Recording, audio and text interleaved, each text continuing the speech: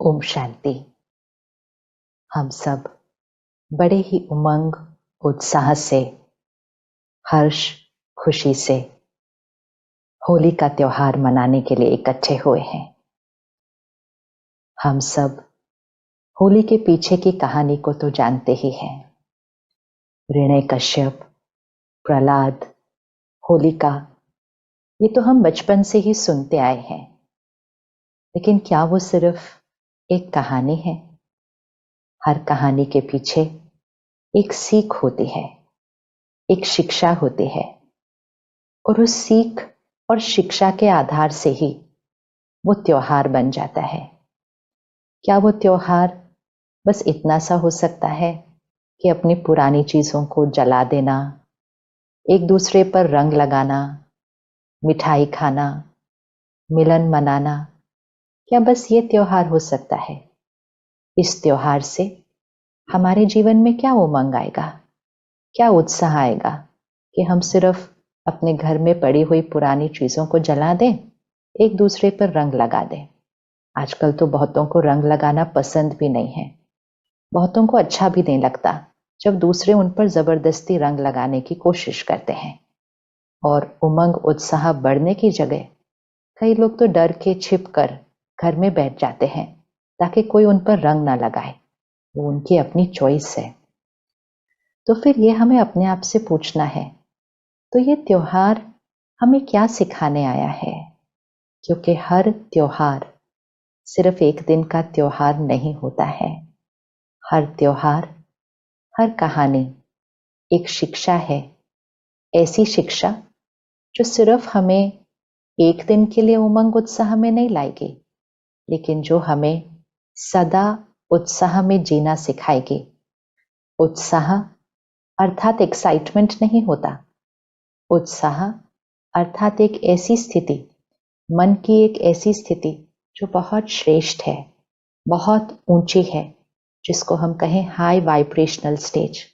तो उत्साह वो स्थिति है, और ये ऐसी स्थिति है जिसमें अगर हम हर पल, हर रोज जिएंगे तो जीवन ही बदल जाएगा। तो हर त्योहार, होली का त्योहार हमारे जीवन को उत्साह से भरने के लिए लाया है। तो आज हम सब कुछ छोटी छोटी बातें जो हम सबको पता है, लेकिन कभी कभी जीवन जीते जीते आसपास की बातों का प्रभाव पड़ने के कारण हमें जो पता है उस पर हम जीवन में चलते नहीं हैं। और क्योंकि हम जीवन में उस पर चलते नहीं हैं, तो फिर कारणे अकारणे हमारा जो उत्साह है वो कभी कभी कम हो जाता है, और उत्साह की जगह निरुत्साह, निराशा, उदासी, तनाव, ये इमोशंस क्रिएट होनी शुरू हो जाती है। और जब ये होती हैं, अगर तब भी हम उन्हें चेक करके अपनी स्थिति को ऊपर नहीं उठाते हैं, तो हम एक ऐसी स्थिति पर पहुंच जाते हैं जहां हम इन्हीं इमोशंस को नॉर्मल समझने लगते हैं कि डर, निराशा, गुस्सा, तनाव, उदासी, ईर्ष्या, हम इसको ही नॉर्मल समझने लगते हैं, और इन्हीं इमोशंस के साथ हम जीवन जीना शुरू कर देते हैं। और जब जीवन में हम इन इमोशंस को नॉर्मल समझते हैं, तो फिर जीवन में प्रॉब्लम्स तो आएंगी ही, आएंगी ही। क्यों?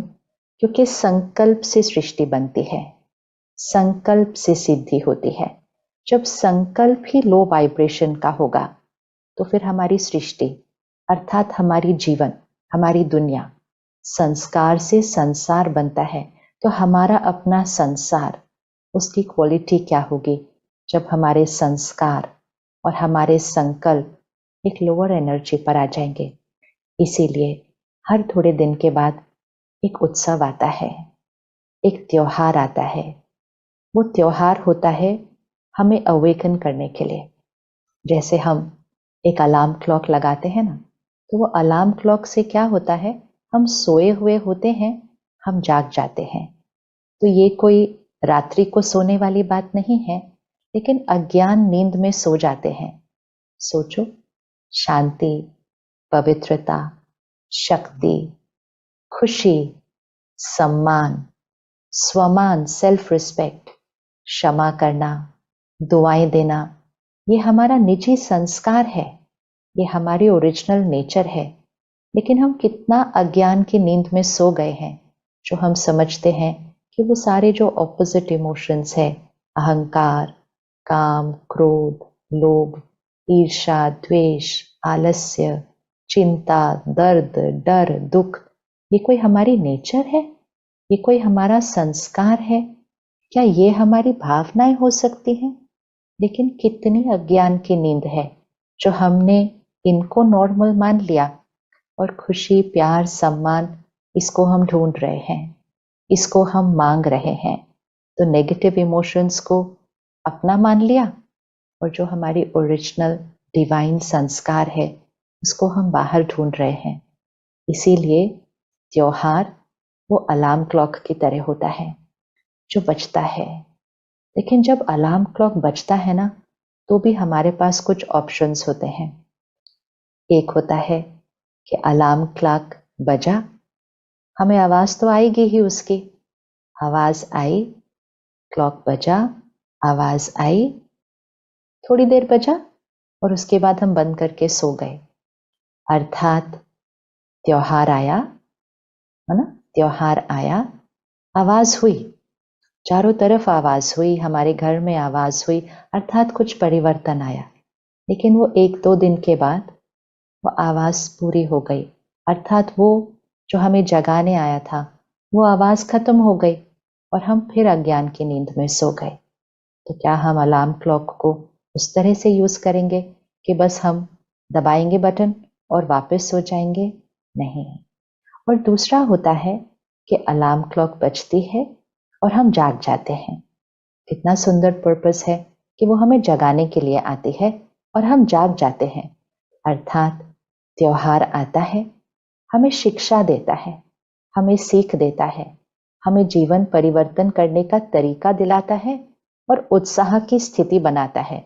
और फिर फेस्टिवल तो पूरा हो जाएगा, अर्थात अलार्म क्लॉक तो बंद होनी ही है, लेकिन हम जगे हुए रहते हैं। वी आर अवेक, हम सोते नहीं हैं उसके बाद। अर्थात जो उत्साह, जो उमंग, जो खुशी, जो संस्कार मिलन, हम एक दूसरे के साथ पुरानी बातों को भूलकर जो हम क्रिएट करते हैं उस त्योहार के दिन, फिर हम उसी स्थिति में रहते हैं, अर्थात हम जग गए। और तीसरा ऑप्शन होता है, अब हमें अलार्म क्लॉक की जरूरत ही नहीं है, हम खुद ही जग चुके हैं। होता है ना ऐसा, एक बार आदत पड़ जाए उस समय पर जगने की, तो थोड़े दिन के बाद अलार्म की जरूरत नहीं होती है, अर्थात त्योहार का इंतजार करने की जरूरत नहीं होती है। हर रोज, हर क्षण परिवर्तन होता जाए, उमंग उत्साह की स्थिति और श्रेष्ठ और ऊपर उठती जाए, पुरानी बातों को खत्म करना निजी संस्कार बन जाए, किसी बात से नाराज ही ना हो तो क्षमा करना ही ना पड़े, अर्थात अलार्म क्लॉक की इंतजार नहीं, त्योहार का इंतजार नहीं, परिवर्तन हमारे जीवन का लक्ष्य बन जाए, श्रेष्ठ स्थिति, डिविनिटी हमारी लाइफ का पर्पस बन जाए। तो अपने आप से पूछिएगा, कौन से वाले ऑप्शन को चूज करना है? अलार्म बजा और फिर सो गए, अलार्म बजा और फिर जग गए, या अलार्म की जरूरत ही नहीं है, जगे ही रहेंगे? तो ये जो होली का त्योहार आया है, ये अब हमारा अलार्म क्लॉक है। कुछ दिन पहले महाशिवरात्रि का पर्व आया था, वो भी एक अलार्म क्लॉक था। कितनी प्रतिज्ञाएं की उस दिन, व्रत किया, जागरण किया, लेकिन परिवर्तन, परिवर्तन क्या सिर्फ उस एक ही दिन का था? नहीं, हम फिर से अपनी पुरानी आदतों में सो गए, हम फिर से वही पुराने व्यवहार, पुराना जीवन जीने का तरीका। इसीलिए कुछ दिन के बाद अगला त्योहार आया है, लेकिन इस बार हम पक्का कर लेते हैं कि बस अब ऐसे जीवन नहीं जीना है कि बार बार अलार्म बजे और फिर हम सो जाएं।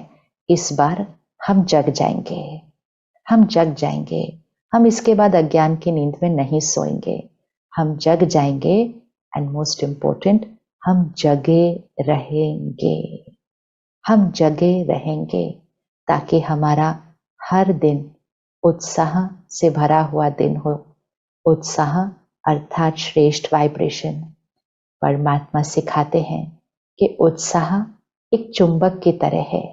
जीवन में कोई भी परिस्थिति आ जाए, कैसे भी विघ्न आ जाए, लेकिन उत्साह एक ऐसा चुंबक है जो धन को भी आपकी तरफ खींच कर ला सकता है, जो आपके आसपास के लोगों को आपका सहयोगी बना सकता है। दूसरों का संस्कार हमारे पर नहीं प्रभाव डालेगा, हमारा प्रभाव औरों पर डालेगा। उत्साह एक ऐसा चुंबक है जो सफलता को भी आपके पास खींच कर ले आता है। इसीलिए जीवन में सब कुछ खत्म हो जाए, लेकिन एक चीज कभी खत्म नहीं होनी चाहिए, कम भी नहीं होनी चाहिए, और वो है हमारा उत्साह, वो हमारी श्रेष्ठ स्थिति। तो होली का उत्सव हमें वही उत्साह दिलाने आई है, हमारे अंदर का उत्साह जगाने आई है। एंड मोस्ट इम्पोर्टेंट, आज से सदा उस उत्साह की स्थिति में रहेंगे, ये हम पक्का आज करेंगे ही। तो होलिका की कहानी क्या है वो तो हम सब जानते हैं। अब ऋणय कश्यप किस चीज का प्रतीक है? ऋणय कशिपु, कशिपु अर्थात एक सॉफ्ट कुशन, और ऋणय अर्थात गोल्ड, सोना। तो ऋणय कशिपु अर्थात जो सोने से लदा हुआ है। इसका अर्थ क्या है? ये हमारा कौन सा संस्कार हमें याद दिलाता है? और दूसरा, ऋणय कश्यप को वरदान मिल गया था। उसने बहुत तपस्या की, बहुत तपस्या की, और वरदान पा लिया कि उसे कोई मार नहीं सकेगा, वो अमर हो गया है। ये उसको वरदान मिल गया था। अब एक है सोने से लदा हुआ और एक है अमर रहने का वरदान। ये हमारे कौन से संस्कारों का प्रतीक है?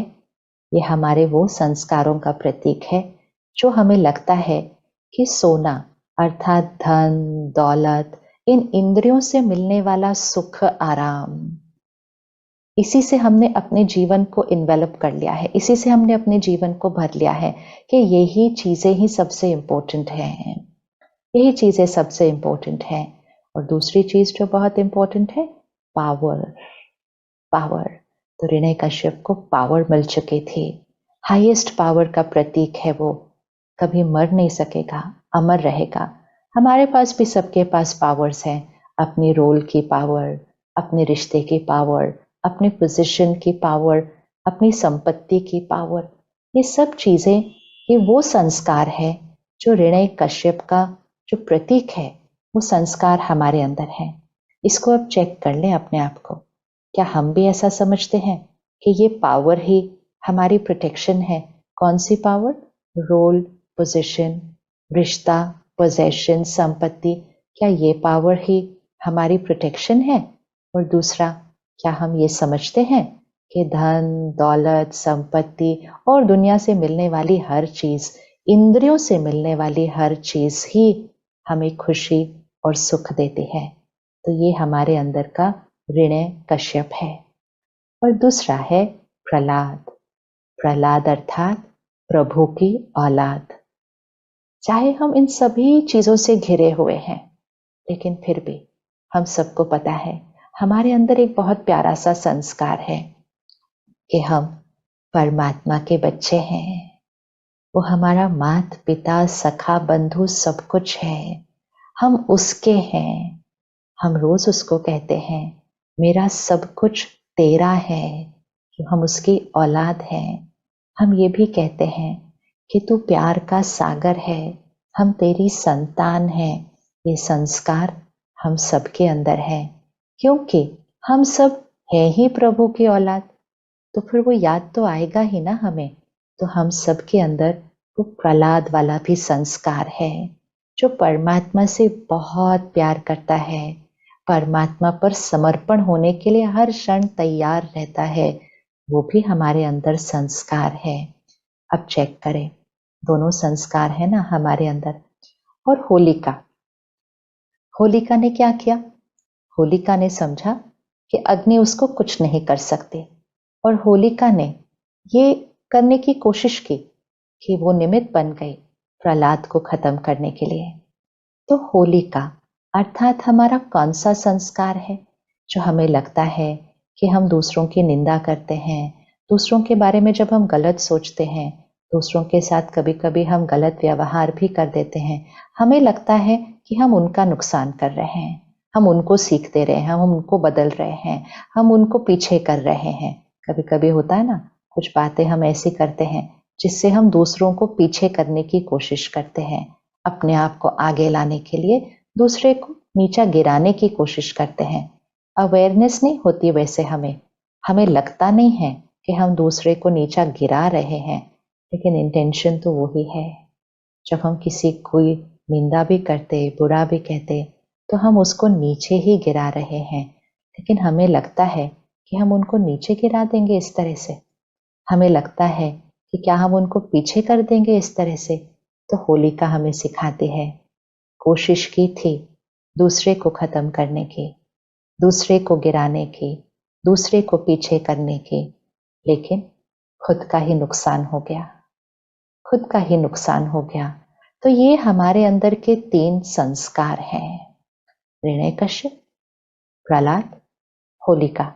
ये संस्कार हम सबके पास हैं, लेकिन ये कहानी हमें क्या सिखाती है कि चाहे कुछ भी हो जाए, अपने अंदर के प्रहलाद को जगा के रखो, अपने अंदर के प्रहलाद को जगा के रखो, अर्थात प्रभु की संतान। ये हर क्षण पक्का रहे, हर क्षण पक्का रहे, दुनिया की किसी बात का डर नहीं। लोग क्या कहते हैं हमारे बारे में, लोग क्या कर रहे हैं, हमें लोगों की तरह चलना है, नहीं तो दुनिया हमें स्वीकार नहीं करेगी, उसके लिए हमें ये करना है, ये करना है, ये करना है। ये सारे जो हमारे संस्कार हैं, जिन्होंने हमने सोचा कि ये हमें खुशी देंगे, ये हमें शरीर का स्वास्थ्य देंगे, ये हमें प्यारे रिश्ते देंगे, हमें दिखाई दे रहा है कि वो हो नहीं रहा, वो हो नहीं रहा। तो होली वो त्योहार है जो हमें सिखाता है कि अपने अंदर की होलिका को खत्म करना है, अपने अंदर के हिरण्यकश्यप को भी खत्म करना है। इसका अर्थ ये नहीं है कि दुनिया की जो चीजें हैं, वस्तुएं हैं, जो आराम की चीजें हैं, उनको यूज नहीं करना है। इसका मतलब ये भी नहीं है कि रोल्स, पोजीशन, रिश्ते नहीं निभाने, सब कुछ करना है, सब कुछ करना है, लेकिन लेकिन ये नहीं समझना कि उससे खुशी और सुख मिलेगा। प्रहलाद बनकर अर्थात प्रभु की संतान, प्रभु की संतान अर्थात जिसके अंदर परमात्मा की तरह गुण हो, परमात्मा की तरह शक्तियां हो, क्योंकि हम उसके बच्चे हैं ना। तो हम जिसके बच्चे होते हैं, तो उनके संस्कार, उनकी विशेषताएं, उनके गुण हमारे अंदर होते हैं ना। सिर्फ हम कहें कि हम उनके बच्चे हैं, लेकिन हमारे संस्कार और गुण उनकी तरह न हो, तो दुनिया क्या कहेगी कि आप इनके बच्चे हैं। कहते हैं ना लोग, लौकिक में भी, अर्थात हमारे जो फिजिकल पेरेंट्स होते हैं, उनके संस्कार, उनके गुण हमारे पास आते हैं, उनकी मेहनत करने का संस्कार, उनकी सिंसियरिटी हमारे पास आते हैं। अगर हमारे संस्कार बिल्कुल विपरीत हो, तो लोग कहते हैं ना कि आप उनके बच्चे हैं, उनको देखो वो कैसे हैं, और आप क्या कर रहे हो अपने जीवन में। इसी तरह प्रभु की औलाद, हम सब रोज कहते हैं तुम मात पिता हो, मैं तुम्हारा बच्चा हूं। तो बच्चा कैसे होना चाहिए, बच्चा कैसे होना चाहिए, मात पिता के समान होना चाहिए। परमात्मा पवित्रता का सागर है, सर्वशक्तिवान है, प्यार का सागर है, ज्ञान का सागर है, आनंद का सागर है, और मैं आत्मा प्रभु की औलाद हूं। तो मैं कैसी हूं, मैं पवित्र स्वरूप हूं, मैं प्रेम स्वरूप हूं, मैं ज्ञान स्वरूप हूं, मैं आनंद स्वरूप हूं, मैं सर्व शक्तियों से भरपूर आत्मा हूं, क्योंकि मैं उसकी औलाद हूं। तो होली का उत्सव अपने अंदर के हिरण्यकश्यप और होलिका को खत्म करना, और अपने अंदर के प्रहलाद को इमर्ज करना है। तो वो, लेकिन वो कभी कभी मर्ज हो जाता है और वो हिरण्यकश्यप और होलिका हमारे ऊपर ओवर पावर हो जाते हैं, अर्थात वो संस्कार हम यूज करने लगते हैं। तो आज का ये उत्सव, ये वो वाला अलार्म क्लॉक है कि होलिका और हिरण्यकश्यप सदा के लिए फिनिश्ड, और प्रभु की औलाद बनकर हर कर्म करना है, हर रिश्ता निभाना है, लेकिन होली को याद करते हुए।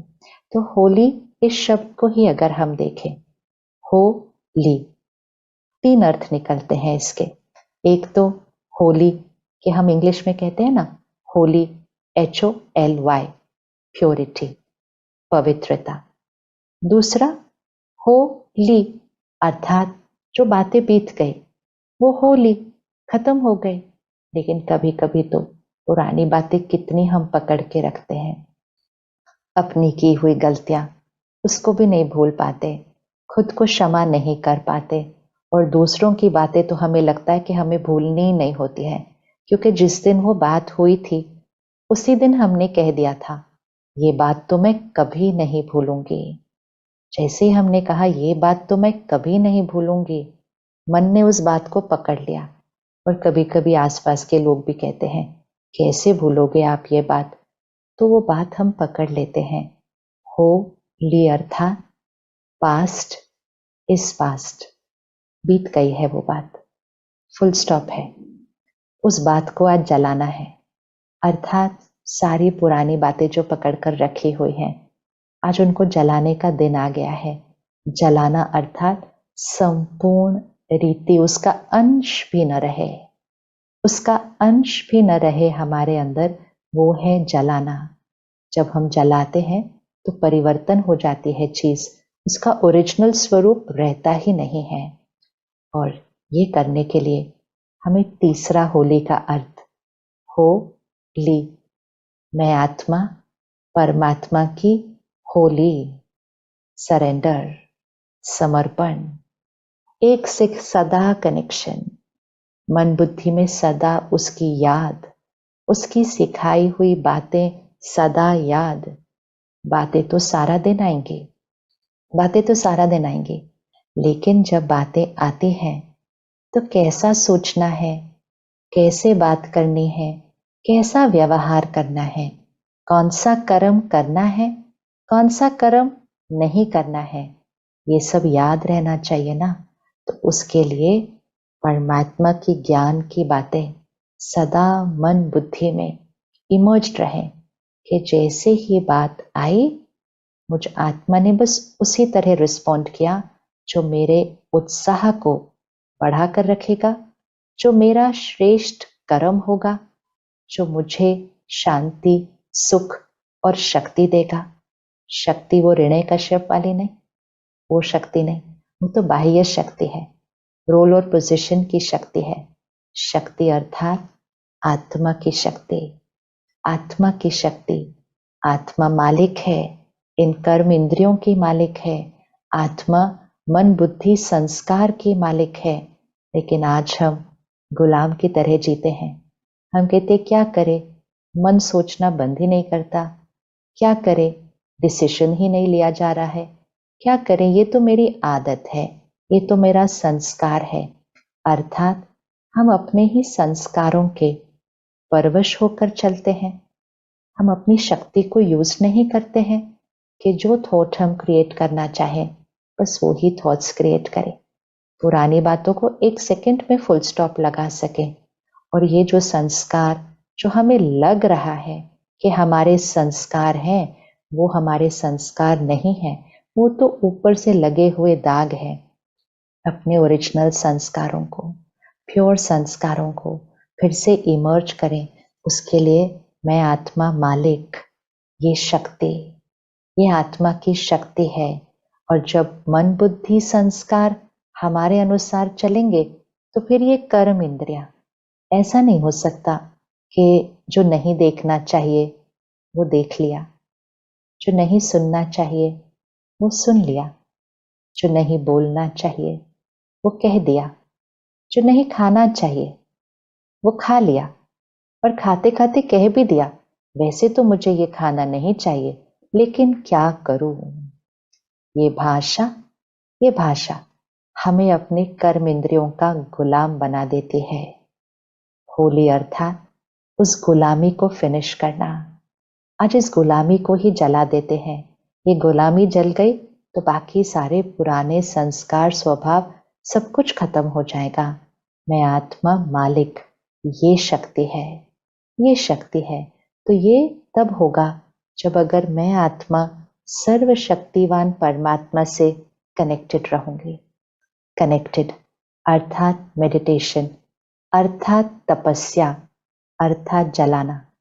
तपस्या को जलाने के रूप में दिखाया जाता है। उसको कहा जाता है योग अग्नि। योग, तपस्या एक अग्नि है, एक ऐसी अग्नि जिसमें पुराने संस्कार, स्वभाव, सोच, व्यवहार, आदतें सब जलकर खत्म हो जाती हैं। तो योग वो अग्नि है, और जब ये पुरानी खत्म हो जाती है तो प्योर डिवाइन संस्कार इमर्ज हो जाते हैं। इसीलिए होली 4 प्रकार से मनाई जाती है।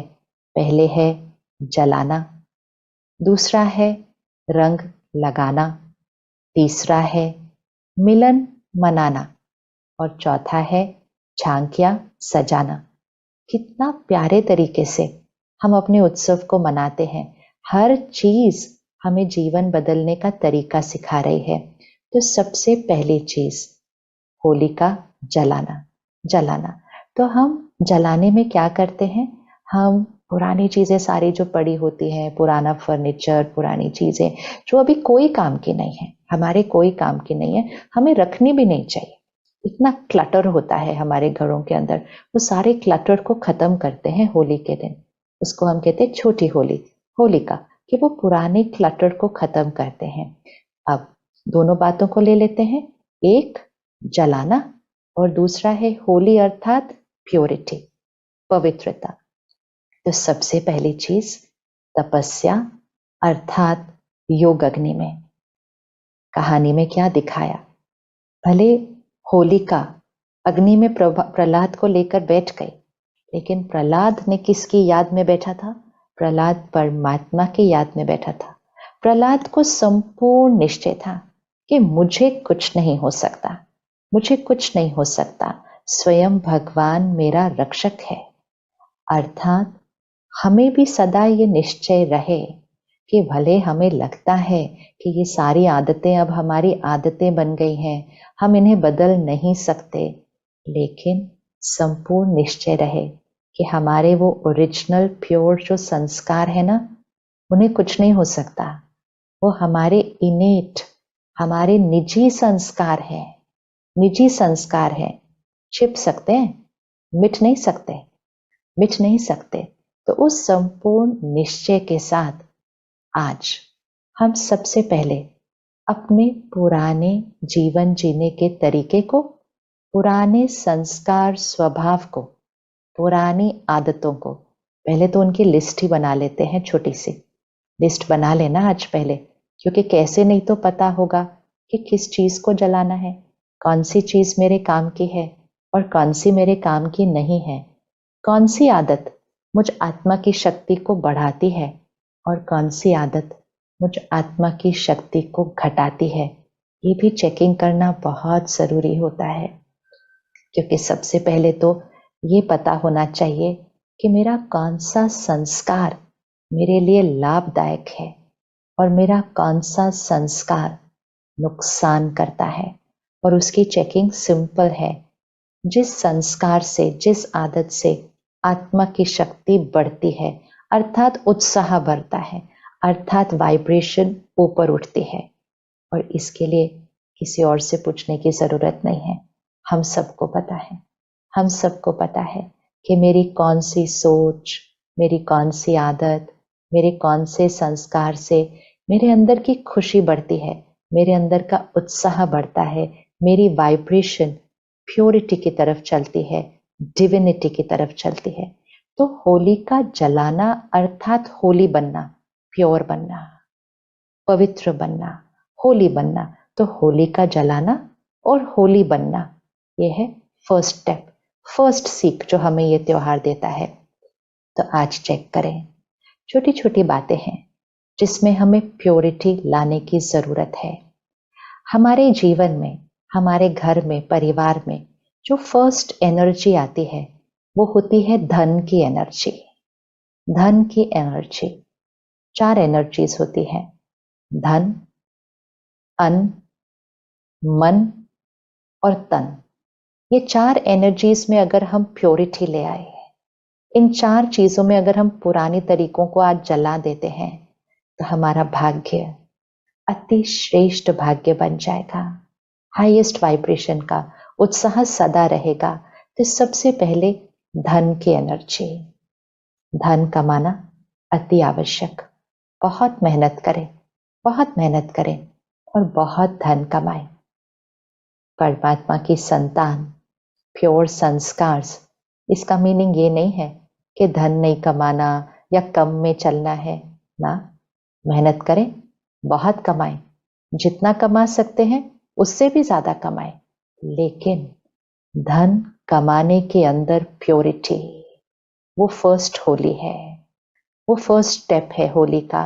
धन कमाने के अंदर प्योरिटी चाहिए, अर्थात धन कमाने का तरीका, धन कमाते हुए व्यवहार, धन कमाने के पीछे का इंटेंशन, फिर धन खर्च करने का तरीका और धन को सफल करने का तरीका, इस सब में प्योरिटी चाहिए।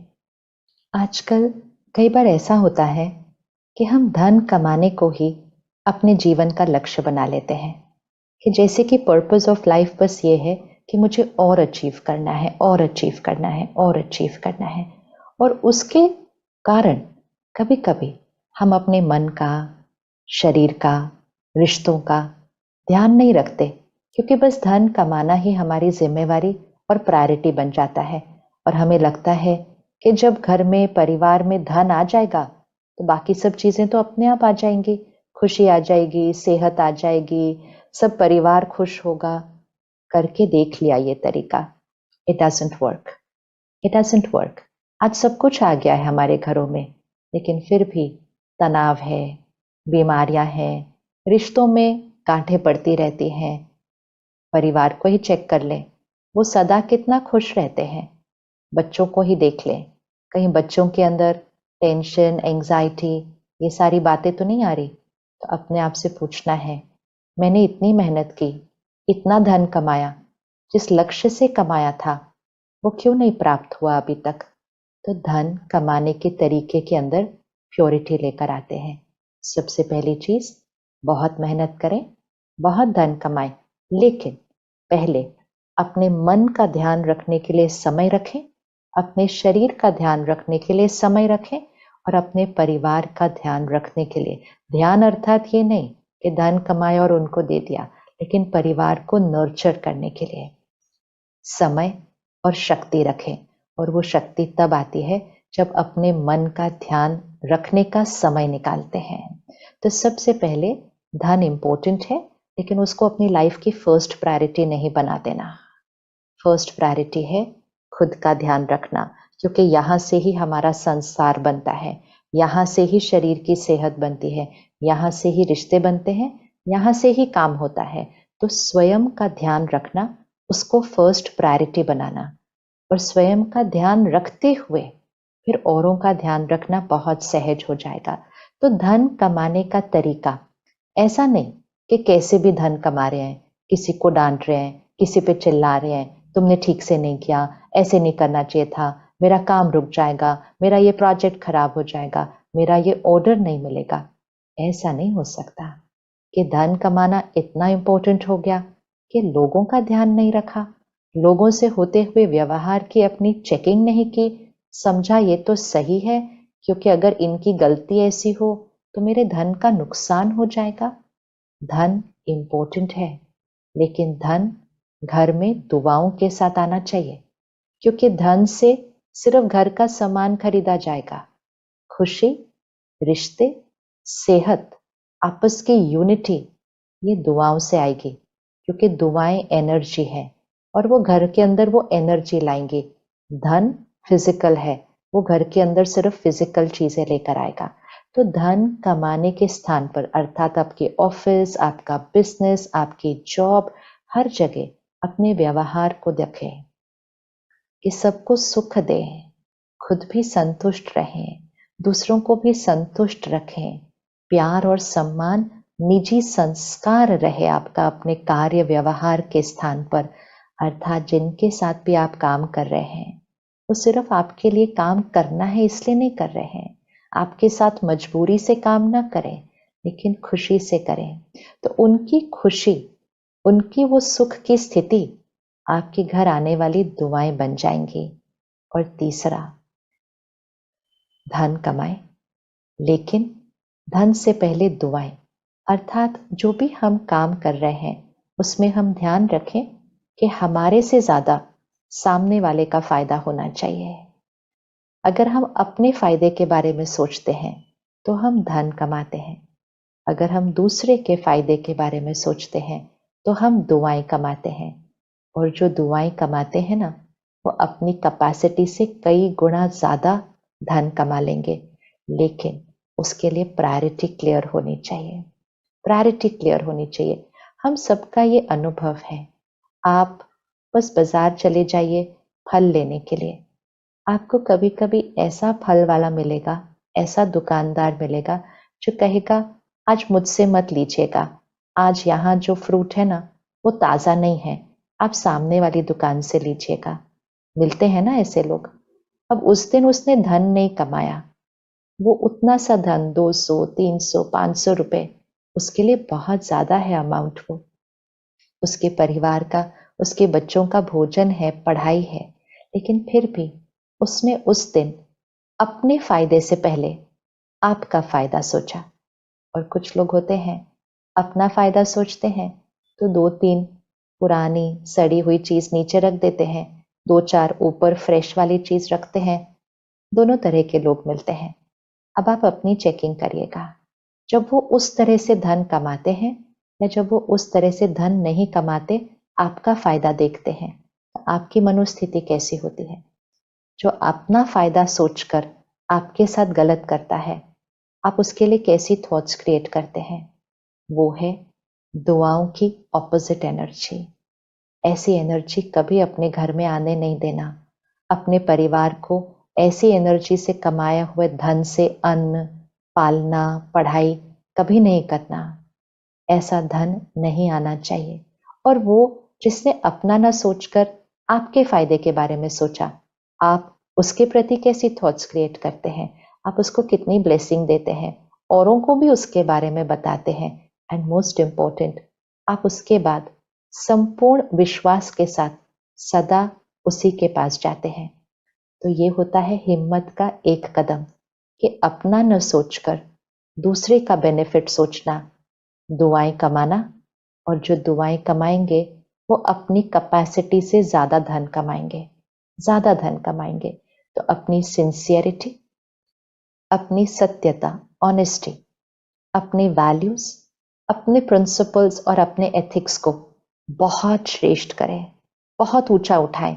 ये ना देखें कि आसपास के लोग कैसे काम कर रहे हैं, मेरे ऑफिस में दूसरे लोग कैसे काम कर रहे हैं। नहीं, ये वैल्यूज, प्रिंसिपल्स, एथिक्स, सही कर्म हमारी शक्ति बन जाता है।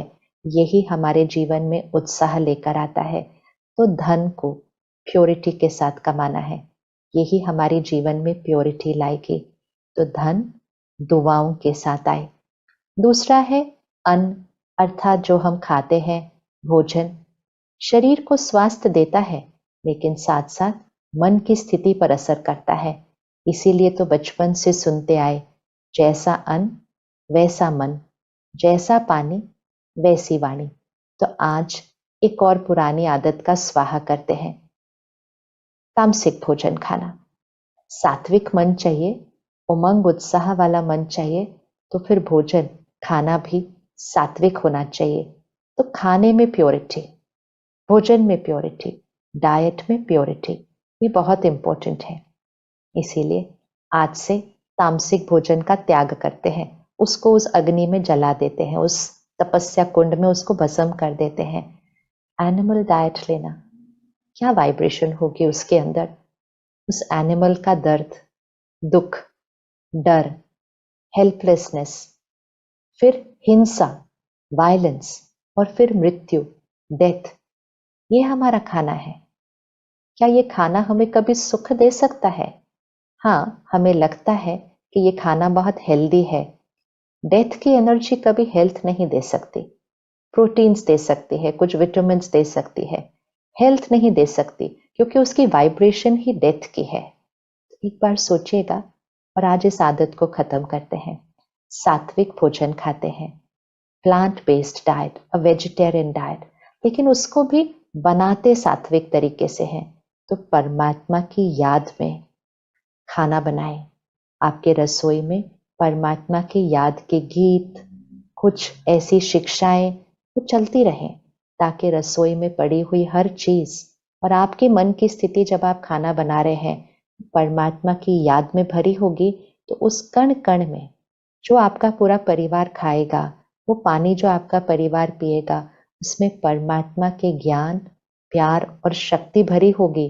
जैसा अन्न वैसा मन हो जाएगा, जैसा पानी वैसी वाणी हो जाएगी।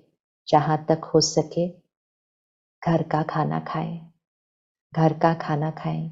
आपको यही नहीं पता अगर कि किसने बनाया, किस मनोस्थिति में बनाया, और हमने ऐसे ही खा लिया, खरीद के खा लिया। खरीद वाली एनर्जी तो होती ही बिजनेस की है। बिजनेस के लिए जो बना हुआ खाना है वो खाएंगे। हाँ, कभी बहुत मजबूरी होती है और आप बाहर कहीं हैं, वो तो अलग बात है। लेकिन आजकल तो हमने उसको अपनी आदत ही बना लिया है। घर में बैठकर ऑर्डर करके खाना खाते हैं। भोजन का मन पर बहुत असर पड़ता है। तो सात्विक भोजन, घर में बना हुआ भोजन, सात्विक मन की स्थिति में बना हुआ भोजन, अर्थात परमात्मा की याद और शिक्षाओं के वातावरण में बना हुआ भोजन, जिसको हम प्रसाद कहते हैं, वो प्रसाद बन जाता है। ऐसा प्रसाद परिवार को खिलाएं। और भोजन करते समय, खाना खाते हुए कोई टीवी और फोन नहीं चलना चाहिए। परमात्मा को याद करके, परमात्मा की शक्तियों से अपने खाने को एनर्जाइज करके फिर खाना खाएं। तो आपका खाना, आपका अन्न, वो भी प्योर होली हो गया, तो मन और तन प्योर होना लग जाएगा। बहुत इंपॉर्टेंट है। धन, अन्न, मन और तन का कनेक्शन होता है। फिर मन की प्योरिटी, अर्थात रोज अपने अंदर परमात्मा की शिक्षा, अर्थात परमात्मा के ज्ञान को इस मन में जरूर भरें। जरूर भरें। ये नहीं कहना कभी कि मेरे पास टाइम नहीं है। हर रोज सुबह कम से कम 20 मिनट, आधा घंटा, और रात को सोने से पहले कम से कम 10-15 मिनट, ये 2 टाइम तो जरूर फिक्स कर लीजिए कि परमात्मा की ज्ञान की शिक्षाओं से मन बुद्धि को स्ट्रांग बनाइए। ये हमारी इमोशनल डाइट होती है। इमोशनल डाइट होती है। इससे ही मन की स्थिति बनती है। तो बहुत ध्यान रखना है कि हर रोज सुबह और रात को सोने से पहले अपने को ज्ञान की खुराक से भरें। ईश्वरीय ज्ञान, परमात्मा की शिक्षा, मन प्योर होता जाएगा। और जब ये 3 चीजें प्योर हैं, तो तन प्योर, प्योर अर्थात सोल कॉन्शियस स्थिति, बॉडी कॉन्शियस नहीं, ईगो कॉन्शियस नहीं। जब यहाँ प्योरिटी आती रहती है ना, तो चेहरा बदल जाता है, वाइब्रेशन बदल जाती है, बॉडी लैंग्वेज बदल जाती है, आपकी पर्सनालिटी प्योरिटी की तरफ शिफ्ट हो जाती है। दिखता है ना, ईगो पर्सनालिटी और डिवाइन पर्सनालिटी दिखता है ना, आंखों में दिखता है, मुस्कान में दिखता है, चेहरे पे दिखता है, चाल चलन में दिखता है। इसीलिए कहा जाता है, क्या हाल चाल है। पूछते हैं ना हम दूसरे से, क्या हाल चाल है, अर्थात जैसा हाल होगा वैसे ही चाल और चलन होगी। तो हाल का ध्यान रख लें, चाल चलन अपने आप परिवर्तन हो जाएगा। तो सबसे पहली चीज, जलाना, तपस्या करना, पुरानी सब आदतों को आज फिनिश करना, डिवाइन संस्कारों को इमर्ज करने के लिए प्योर धन, प्योर अन्न, प्योर मन और प्योर तन। तो वो है होली, HOLY, प्योरिटी, होली। ये कैसे क्रिएट होगी? जलाने से। और जलाना अर्थात परमात्मा की याद में टिक जाना। परमात्मा से कनेक्शन जोड़कर वो सर्व शक्तियों को अपने अंदर भरना, इसको कहते हैं मेडिटेशन। तो मेडिटेशन सीखिएगा जरूर, सीखिएगा जरूर। आप जहाँ रहते हैं आपके नजदीक ब्रह्मा कुमारीज राजयोग मेडिटेशन सेंटर है, जहाँ बहनें सदा मेडिटेशन सिखाने के लिए सेवा पर उपस्थित है और उसका कोई कॉस्ट नहीं होता। बस 2-3 दिन के लिए आधे घंटे का समय निकालकर सीखने के लिए चले जाना, वो भी वो टाइम पर जो आपको सूट करता है। मेडिटेशन अर्थात आत्मा का परमात्मा से कनेक्शन जुड़ जाना। आत्मा जैसे एक बैटरी है और परमात्मा पावर हाउस। जब बैटरी का पावर हाउस से कनेक्शन जुड़ जाता है तो सारी पावर बैटरी को चार्ज कर देती है। तो ये मेडिटेशन हमें सीखनी जरूर है, क्योंकि ये मेडिटेशन से होता क्या है कि परमात्मा की सर्व शक्तियां, परमात्मा के गुण से मैं आत्मा एनर्जाइज होने लगती हूँ। तो प्यार का सागर है तो मैं प्यार का स्वरूप बन जाती हूँ, ना कि तू प्यार का सागर है और मैं तेरी एक बूंद की प्यासी हूँ। एक बूंद का प्यासा बच्चा नहीं हो सकता। परमात्मा पिता प्यार का सागर है। ये नहीं हो सकता कि तू सर्वशक्तिवान है, मैं नीच हूं, पापी हूं, कपटी हूं। ऐसे बच्चा कैसे हो सकता है? तू सर्वशक्तिवान है तो मैं आत्मा मास्टर सर्वशक्तिवान हूं। तो ये कनेक्शन, ये मेडिटेशन से क्या होगा? जो परमात्मा का रंग है, अर्थात परमात्मा के गुण शक्तियां हैं, वो रंग मुझ आत्मा पर लग जाता है। होली, मैं परमात्मा की होली, कनेक्शन जुड़ गया तो रंग लगना शुरू हो जाता है। ये सिर्फ वो वाले रंग की बात नहीं है जो हम होली के दिन अलग अलग रंग एक दूसरे को लगाते हैं। सबसे इंपॉर्टेंट रंग है सत्संग, क्योंकि संग का ही तो रंग लगता है। तो मन बुद्धि में सारा दिन किसका संग है? तो जब हम मेडिटेशन करते हैं तो हम सत्य अर्थात जो ट्रुथ है उसके संग से कनेक्ट हो जाते हैं और फिर उसका रंग हमारे ऊपर लगना शुरू हो जाता है।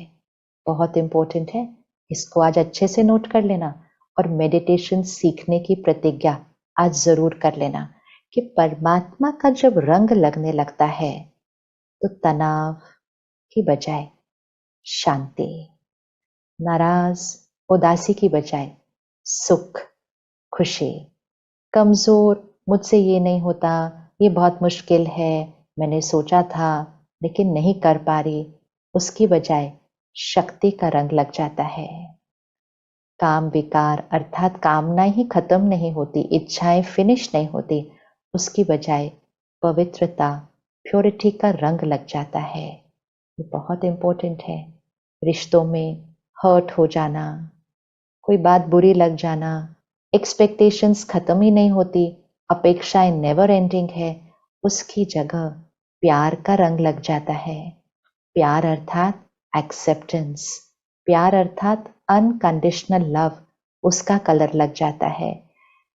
सुख के लिए चीजों में सुख को ढूंढना, ये संस्कार खत्म हो जाता है और आत्मा के ऊपर आनंद का रंग लग जाता है। आनंद अर्थात अति इंद्रिय सुख, ब्लिस, ब्लिस का तो कोई ऑपोजिट भी नहीं होता। तो आनंद का रंग लग जाता है, ये रंग हमारे ऊपर लग जाएगा। तो सबसे पहला रंग है परमात्मा का रंग मुझ आत्मा पर लगता है। अब जो रंग हम पर लगेगा, जो रंग हम पर लगेगा वो ऑटोमेटिक है ना कि वो दूसरों पर लगना शुरू हो जाएगा। तो जो रंग हमारे हाथ में होता है होली के दिन, जो रंग हमारे हाथ में होता है, जो रंग हमारे इधर उधर लगा होता है, जैसे जैसे हम औरों के नजदीक जाते हैं, समीप जाते हैं, टच करते हैं, तो हमारा वाला रंग उन पर भी लगना शुरू हो जाता है और सारे एक जैसे दिखने लग जाते हैं, है ना। थोड़ी देर के बाद सारे एक जैसे दिखने लग जाते हैं, चेहरा भी कई बार पहचाना नहीं जाता, सारा वो रंग सब पे सेम तरह के रंग लग जाते हैं। अर्थात जब मैं आत्मा परमात्मा के रंग में रंग जाती हूँ, उन ओरिजिनल डिवाइन क्वालिटीज के रंग में रंग जाती हूँ, मेरे ऑरा, मेरे एनर्जी फील्ड में purity, power, peace, love, bliss, wisdom, ये नेचुरल कलर्स आ जाते हैं हमारे ऑरा के अंदर। तो फिर हम जिसके भी संग में होंगे, जिनके साथ हम रहते हैं, जिनको हम मिलते हैं, जिनके साथ हम काम करते हैं, एक्चुअली तो पूरी सृष्टि पर ही हमारी वाइब्रेशंस रेडिएट हो जाती हैं।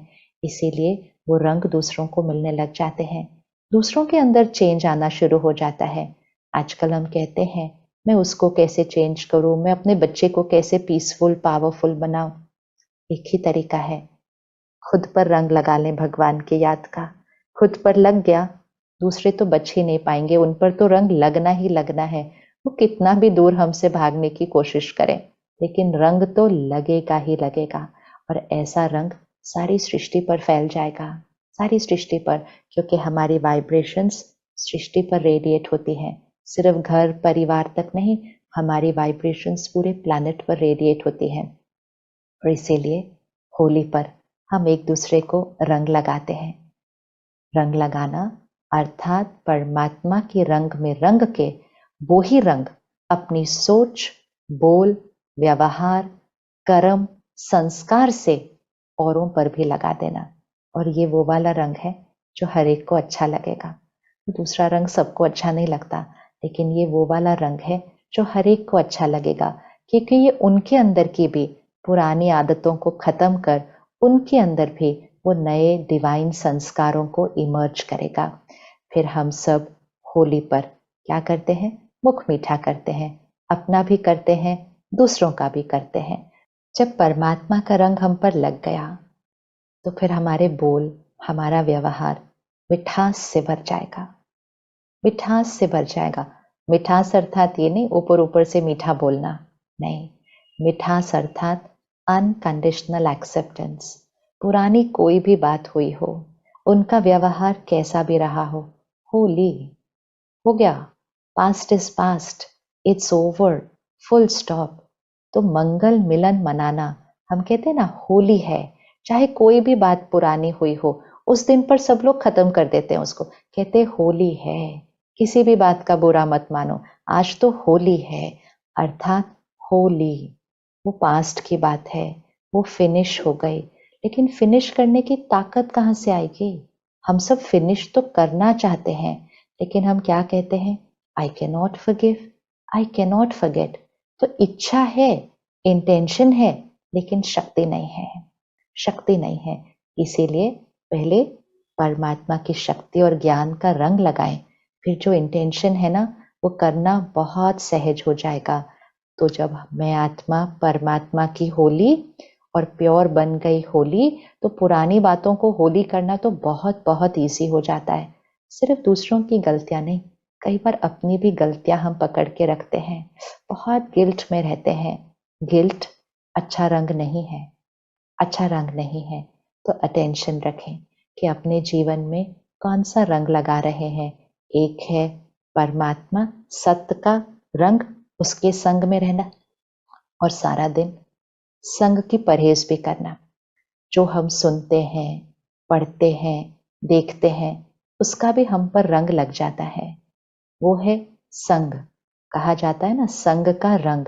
तो बहुत अटेंशन रखें, बहुत अटेंशन। इसमें तो बहुत स्ट्रिक्ट हो जाना चाहिए कि जो हम सुनते हैं, पढ़ते हैं, देखते हैं, अर्थात कंटेंट जो हम कंज्यूम कर रहे हैं, बातें जो हम लोगों से सुन रहे हैं, इस पर अटेंशन रखें कि इसके अंदर कौन से रंग हैं।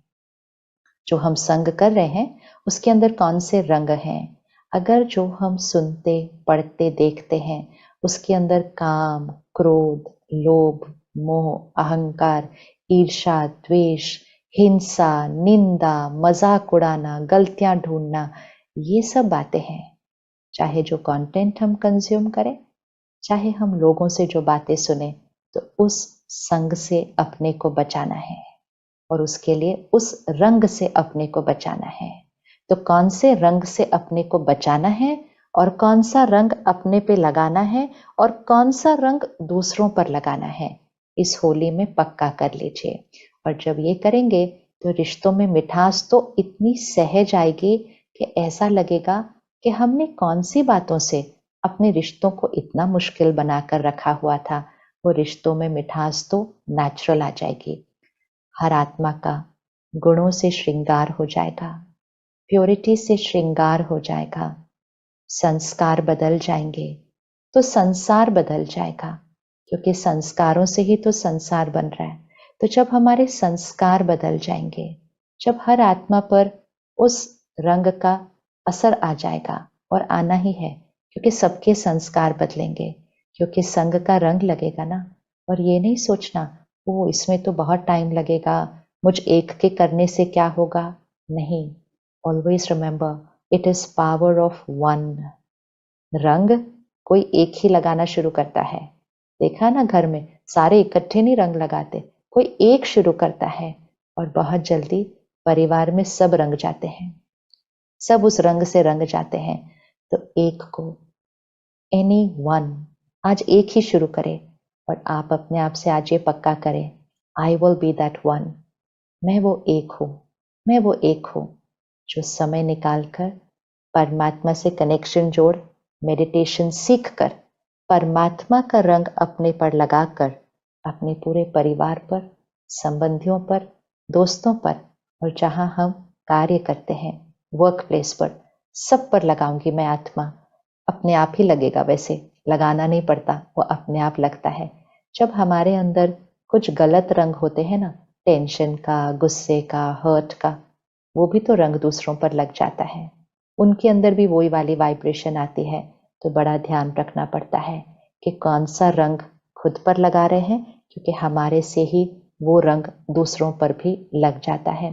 तो जब हम इस तरह से प्योर होली बन जाएंगे, पुरानी बातों को होली कर देंगे और प्रभु की औलाद उस स्मृति में सारा दिन समर्पण, उसकी शिक्षाओं के प्रति समर्पण रहेंगे, तो फिर संस्कार परिवर्तन हो जाएगा। कलयुगी संस्कार, तंग करने वाले, दुख करने वाले संस्कार फिनिश हो जाएंगे। सत्युगी डिवाइन प्योर संस्कार इमर्ज हो जाएंगे और ये संसार बदल जाएगा। इसीलिए होली के दिन झांकियां भी निकालते हैं। झांकियां, देवी देवताओं की झांकियां, वो क्या हमें याद दिला रहा है कि सत्युगी दुनिया वो हमें बनानी है। कैसे बनाएंगे? सत्युगी संस्कारों से। तो इसीलिए जलाना, फिर रंग लगाना, फिर मंगल मिलन मनाना और फिर झांकियां सजाना, ये चारों चीजें हमारे जीवन जीने का तरीका है। इस तरह ही हमें जीवन जीना है, परमात्मा के संग से वो डिवाइन श्रृंगार अपना करना है। और सिर्फ वो अपना नहीं, संसार ही बदल जाएगा। सिर्फ कलयुगी दुनिया को देख देख कर परेशान नहीं होना है, ये क्या हो रहा है, दुनिया कैसी हो गई है, आगे क्या होगा, ये परेशानी का रंग ना हमारे लिए ना औरों के लिए अच्छा होता है। बस आज पक्का करें, हम मेडिटेशन सीखेंगे, स्व को परिवर्तन करेंगे, संस्कार बदलेंगे और संसार परिवर्तन के हिस्सा बन जाएंगे। परमात्मा संसार परिवर्तन का कार्य करते हैं, लेकिन विधि क्या है? आत्मा के संस्कार परिवर्तन। तो कलयुगी दुनिया को देखकर परेशान नहीं होना, डरना तो बिल्कुल नहीं, जिम्मेवारी उठा लेना कि मैं आत्मा सत्युगी सृष्टि बनाने के लिए सत्युगी संस्कार, आज से मैं आत्मा अपने अंदर इमर्ज करती हूँ और बाकी कलयुगी संस्कारों को सदा के लिए समाप्ति देती हूँ। ये है होली बनना, और सिर्फ खुद होली नहीं बनना, औरों को भी बनाना और सृष्टि को ही पवित्र, होली, सत्युगी बनाना। शुक्रिया। ओम शांति।